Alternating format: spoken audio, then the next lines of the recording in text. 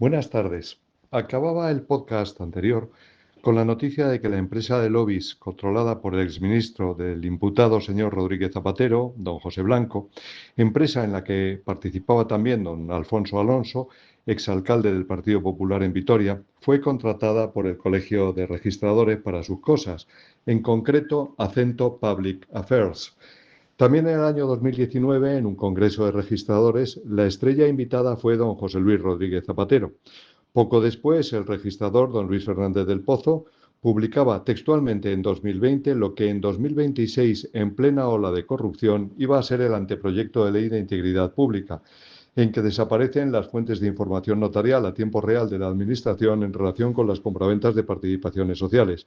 Anteproyecto presentado por doña María Jesús Montero, exministra de Economía, con base en una memoria económica falsa o al menos errónea. Exministra relacionada por todas partes con don Vicente Fernández, que fue presidente de la SEPI, también imputado. Han pasado tantas cosas desde entonces que me cuesta elegir por dónde empezar, pero vamos a centrarnos en una opinión alternativa que ha surgido acerca del anteproyecto de ley de integridad pública y que no es sino un maquillaje barato, un con azúcar está peor.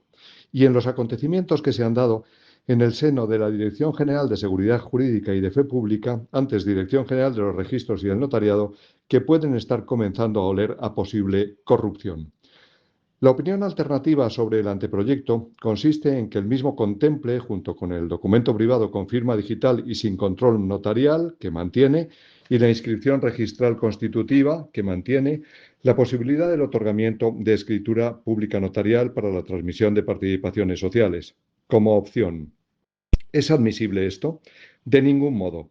De mentalidad de tartufo o con mentalidad de tartufo estableces dos cauces documentales alternativos, ambos teóricamente válidos.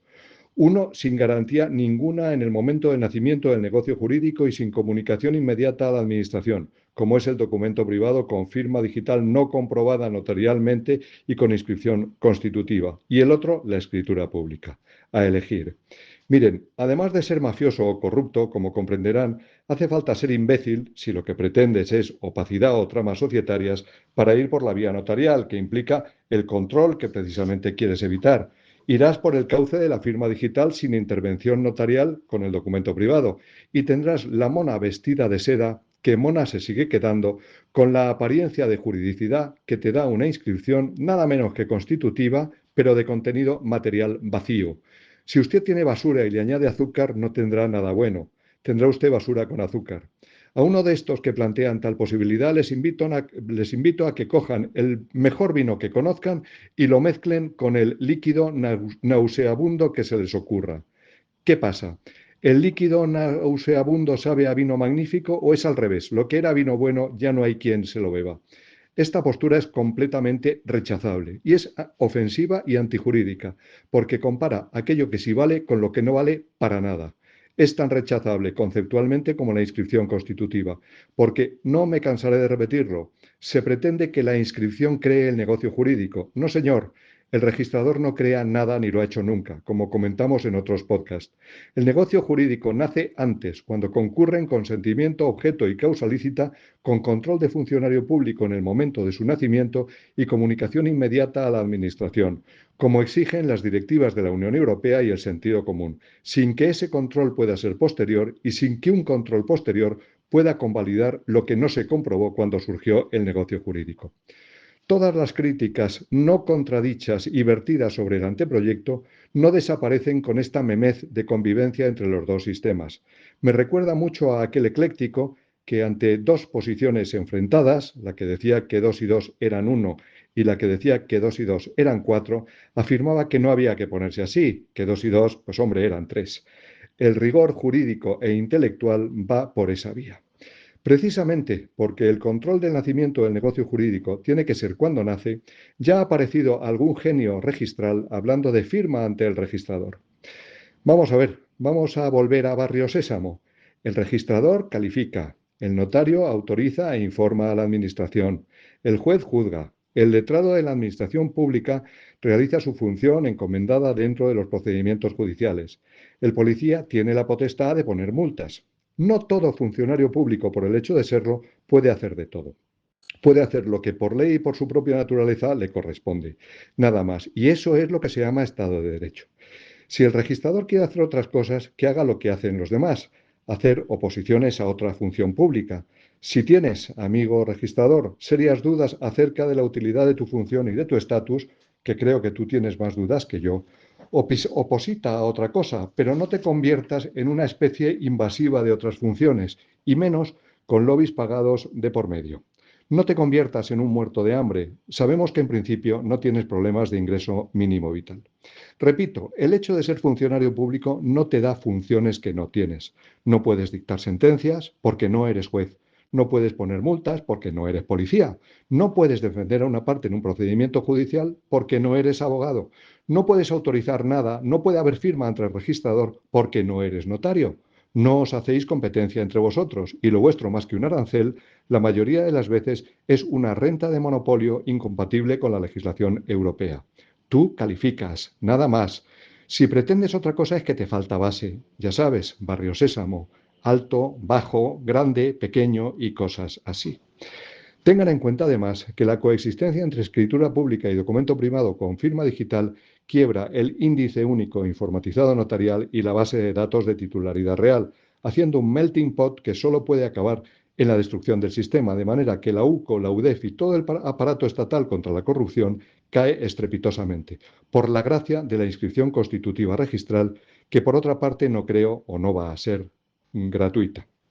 Creo que lo único posible, y es repetición, es mantener el sistema que existe y que funciona de escritura pública notarial, implementando la autorización notarial por videoconferencia, siendo necesaria la escritura no para la existencia, porque los notarios tampoco somos constitutivos de nada, pero sí para la validez del negocio jurídico y con al menos la obligación notarial de comunicación a la Administración, en este caso a la de la Administración tributaria, de toda la composición de titularidad de participaciones sociales o de acciones con motivo de cualquier alteración de aquella. Es decir, ¿por qué sin ningún gasto adicional no se establece la obligación en las actas notariales de titularidad real de reflejar la totalidad de la composición de los socios? Este sistema tendría las ventajas siguientes.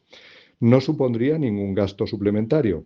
En tiempo real, la Administración tendría conocimiento de todos los socios y de su participación sin publicidad, con respeto a la normativa de protección de datos. El libro registro de socios se formaría automáticamente por el índice único notarial, que ya funciona. No supondría la obligación de depósito anual en el registro de ningún libro registro, porque solo se haría cuando cambiara la titularidad. Esa es la diferencia entre arancel notarial, que solo se paga cuando usas un servicio, en comparación con la renta de monopolio registral, que es una especie de impuesto anual, una capellanía, una mano muerta registral que te obliga a hacer un pago anual recurrente, absurdo e injustificable y que proporciona información desfasada y fuera de plazo. Como también creo que los depósitos de cuentas no tendrían que ser depositados en el registro mercantil porque no afectan a terceros, sino que tendrían que ser depositados directamente en la Agencia Estatal de la Administración Tributaria de forma gratuita y sin que la falta de depósito tuviera que implicar cierre registral ninguno. Todo esto supondría un inmenso ahorro para las empresas. Recuérdese que España es el único país en Europa en que las cuentas anuales se depositan en el registro. En los demás países se depositan gratuitamente en las cámaras de comercio o en la administración tributaria. Porque, además, hablando de arancel registral mercantil, ¿saben ustedes que la Directiva 2008/7 en su artículo quinto prohíbe a los Estados miembros someter a las sociedades de capital a cualquier imposición indirecta sobre operaciones de aportación, ampliación o modificación de capital, incluida la inscripción? Y que el artículo 6 admite la remuneración por la inscripción solo si la percepción se acota por el coste real del servicio. Luego ello hace que el arancel registral mercantil en su forma actual sea nulo conforme a la normativa europea. ¿Saben que la sentencia C-188/95 de 2 de diciembre de 1997 del Tribunal de Justicia de la Unión Europea señala que un arancel, como el español mercantil registral, cuya cuantía crece sin límite en proporción al capital suscrito, no puede considerarse una tasa por un servicio porque su importe no guarda relación con el coste real de la inscripción y que lo que parece un arancel no es más que un gravamen encubierto sobre la concentración de capitales que está prohibido en derecho europeo, y que esta sentencia tiene efecto directo. Luego, cualquier empresa puede invocarla hoy ante un tribunal español y oponerse así al cobro arancelario registral mercantil y reclamar lo pagado, y que esto además aparece recogido en sentencia del Tribunal Superior de Justicia de Extremadura 1430/2003, recurso 622/2000, resolución 980/2003, y que nadie ha hecho nada al respecto desde el año 2003 y menos la Dirección General de Seguridad Jurídica y Fe Pública. ¿Saben los miles de millones de euros que esto ha supuesto y supone en beneficio de aquellos que parece que tienen problemas de salario mínimo vital? Esto nos lleva a dos noticias relevantes, recientes, sobre la Dirección General de Seguridad Jurídica y Fe Pública, antaño organismo que era modélico. Fue modélico mientras estuvo a cargo de los letrados de la Dirección General de los Registros y del Notariado, luego absorbidos por los abogados del Estado. Desde que está a cargo de los llamados letrados adscritos, no se caracteriza por su imparcialidad, porque esta es imposible, y siempre el sesgo cae del mismo lado. No sé por qué me recuerda, aunque nada tenga que ver con esto, a la idea de superestructura de Antonio Gramsci, como conjunto de relaciones sociales, políticas, jurídicas e ideológicas que garantizan la dominación de una clase social a través del mecanismo de la guerra de posición dentro de la propia superestructura, con independencia de que haya estado en el poder un partido u otro, un gobierno u otro. Hasta tal punto que, en mi opinión, si tienes que recurrir a una calificación registral, no lo hagas ante la Dirección General. No merece la pena. Son juez y parte. Vete a los tribunales de justicia. El sistema no se sostiene. Pues bien, la primera noticia es de Objective, de 5 de julio del 2026. Sofía Puente, la hermana de Óscar Puente, ministro de Transportes, está imputada por presunto delito de prevaricación porque ha retocado la llamada Ley de Nietos a través de una instrucción de la Dirección General de Seguridad Jurídica y Fe Pública, dependiente del Ministerio de Justicia, sin informar a la entonces ministra Pilar Llop. La norma entró en vigor el 21 de octubre del 22 y cuando se publicó en el Boletín Oficial del Estado. Pero la Dirección General modificó su contenido sustancialmente cuando doña Sofía Puente estaba al frente de ella. Esta responsable ministerial redactó una instrucción mediante la cual se fijaba el criterio para que la Administración aplicara de forma uniforme esta norma. Este texto no puede ir en contra de los aprobados por el Parlamento, ni innovar el ordenamiento jurídico, ni crear derechos que la ley no haya previsto. Esta noticia os sorprende porque no sois notarios. Desde hace muchos años, más de 20, toda la legislación hipotecaria y mercantil, fundamentalmente, y también de nacionalidad, está viciada, retorcida, trastocada, adulterada, siempre en beneficio de los mismos, por circulares, instrucciones y resoluciones de la Dirección General que se dedican a imponer lo que la ley no dice. Claro que este sistema no puede ir contra lo aprobado por el Parlamento, ni innovar ordenamiento jurídico, ni crear derechos que la ley no ha provisto, pero lo hace sistemática y constantemente. A través de una instrucción nos cargamos una ley y nos quedamos tan anchos. Contrasta este criterio además con un precedente triste, que es la aplicación de la Ley sobre Reconocimiento de Nacionalidad Española a los sefardíes, en la que se ha aplicado la ley del embudo por el lado estrecho. Todas las facilidades que se están dando ahora a todo el mundo, con cualquier motivo, con devaluación absoluta de la concesión de la nacionalidad española, fueron obstáculos, también por vías irregulares de circulares, instrucciones y cambios internos de criterio contrarios a la ley, con aplicación excesiva del silencio administrativo en relación con el reconocimiento de la nacionalidad española de los sefardíes, con tardanzas inexplicables que ahora no se dan. ¿Por qué? ¿Era antisefardismo puro y duro? ¿No interesaba políticamente reconocer la nacionalidad española a los que sí lo son? ¿Era un intento de una dirección general mediatizada de devaluar la labor notarial de las actas de notoriedad? ¿O había de todo un poco? No lo sé. Ha sido desde luego un proceso vergonzoso. No reconoces la nacionalidad española a quien es español y das la nacionalidad española a quien no lo es. La segunda noticia es también de la Dirección General. La extraña nacionalización, que parece completamente irregular, de don Nevis Villalobos, es viceministro venezolano de Energía Eléctrica, implicado en múltiples casos de corrupción y de lavado de dinero a nivel internacional. Su nombre ha aparecido en las agendas de Leire 10 porque la cloaca del PSOE, en la cloaca del PSOE influyó, en definitiva, ante Félix, váyanse ustedes a saber quién es, y ante Escrivá, que tampoco sabemos exactamente quién es, para lograr que se le concediera la nacionalidad española en un momento en el que los Estados Unidos investigaba el chavismo. Villalobos fue el contacto de don José Luis Rodríguez Zapatero en los negocios petrolíferos venezolanos, como dice Libertad Digital el 1 de julio del 26. Nos paramos aquí, aunque la noticia es más extensa y de recomendable lectura.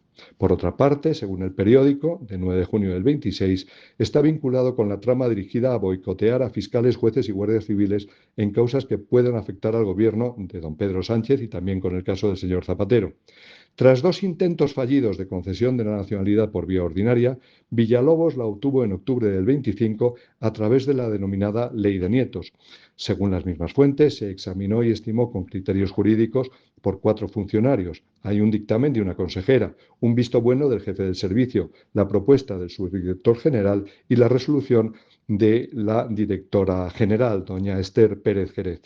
Según completa la Gaceta de 18 de junio del 26, Villalobos accedió a la ciudadanía por su vínculo familiar con una abuela materna española que no salió de España a causa de la guerra civil ni de la dictadura de Franco, sino que había emigrado con anterioridad, es decir, con incumplimiento de la ley de nietos.